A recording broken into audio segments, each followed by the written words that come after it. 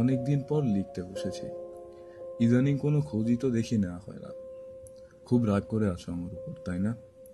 তুমি ফোন দিলে খুব বিরক্ত লাগে, কিন্তু তুমি ফোন না দিলে আরো বেশি বিরক্ত লাগে। সেদিন ভার্সিটির সামনে তোমার মতো একজনকে দেখেছিলাম, ভেবেছিলাম তোমায় ডাক দিব। পরে ভাবলাম তুমি এখানে আসবে কিভাবে। কত বোকা আমি, তাই না? হাহ, এখনো আগের মতো রাত জাগি, খাওয়া দাওয়া ঠিক মতো হয় না। আসলে ভার্সিটি লাইফটা এরকমই। যাই হোক, ঘুমো, ভালো থেকো মা। মা, মা।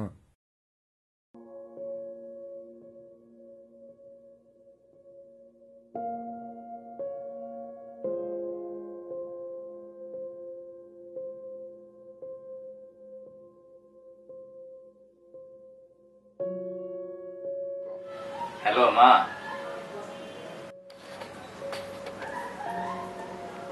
আর তুমি অনেক দিন ধরে কল দাও না।